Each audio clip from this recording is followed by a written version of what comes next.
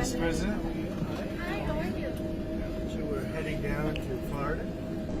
I have a lot of meetings there and lunches, meetings, a lot of things having to do with the economics of America. We took in approximately $3 trillion over the last few days from the trips that we made. They were unbelievable. The deal with China is going to be wonderful. I think it's going to be long lasting. I got really along with President Xi very well, as you saw. You were there. Many of you were there. And I think it's great. I think it's great. I think it's really good. Are you set? Are you okay? I'm sorry, I'm not getting any audio for us. Okay, well, let's get it right. All right, we have it now, sir. Okay. So the trip was fantastic. We took in over $3 trillion, really in profit, if you want to define it that way. You see the farmers are very happy. I think it's 25 million tons, but it's numbers that they've never seen before in terms of the soybeans, in terms of other things. We have numbers coming to our farmers that the farmers have never seen before from China. Our farmers are very happy. I suggest that they go out and buy larger tractors and more land. Okay? We want larger tractors and more land because nobody's ever seen anything like it.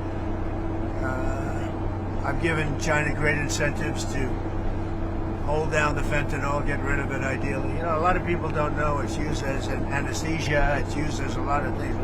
A lot of good things happen, but unfortunately when it's developed a certain way, a lot of bad things happen. Because a lot of people would say, well, why is it made? I mean, it's made for a lot of good purposes, but it also has some very bad purposes when you design it a certain way and people can take it and design it. So China's working very hard on that. I really believe that. And they have an incentive. I'd love to get rid of the extra 10%. I put a 20% penalty on. I had a great conversation about it with President Xi yesterday. And I'd love to get rid of the other. As soon as we see that, we'll get rid of the other 10%. Other than that, we haven't cut the tariffs at all with China. But we're going to have a great relationship with them, I think, for a long period of time. If we have a smart president, we'll have a great relationship.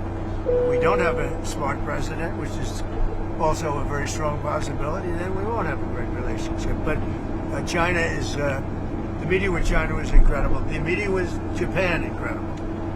And the meeting with South Korea, likewise, incredible, all of them. And trillions of dollars are coming back to our country because of those meetings. And we have others planned with other countries, but those are big ones. And the meeting with China was one that everybody wanted. The meeting with the new Prime Minister, who's fantastic, of Japan, could not have gone better. We've worked out our deal. And South Korea, you saw the way we were treated. Our country's respected again. When they treat me with that kind of respect, they're treating our country with that kind of respect, which is much more important. And our country is respected again. Do you have any questions? There are reports that you are considering strikes within Venezuela. Is that true? No. That you made a decision on that? No, it's not true. Mr. President, on the nuclear strikes, the nuclear tests that you were talking about, are you talking about literally resuming underground nuclear detonation tests? You'll find out very soon, but we're going to do some testing, yeah. Other countries do it. If they're going to do it, we're going to do it. Okay, you can't clarify whether you'll resume. I'm not going to say yet. I mean, I know exactly what we're doing, where we're doing it, but other countries are doing it, and if other countries do it, we do it.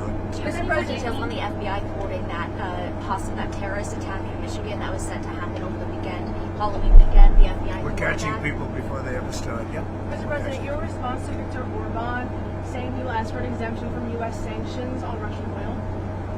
He has asked for an exemption. We haven't granted one, but he has asked. Victor, he's a friend of mine. He's asked for an exemption. What else?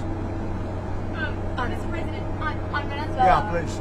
What did you talk about with Prime Minister Carney? Are you and Canada going to resume negotiations? No, but I have a very good relationship. I like him a lot.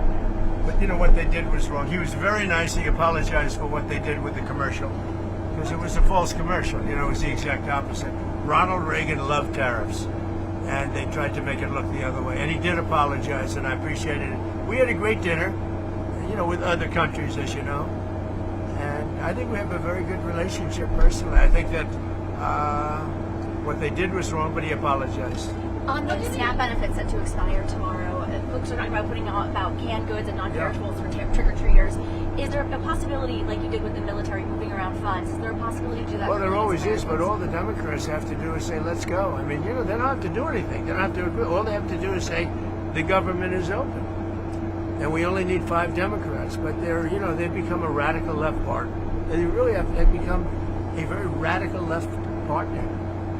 And they've lost their minds. They've lost their minds. All they have to do is say, the government is open, and that's the end of it.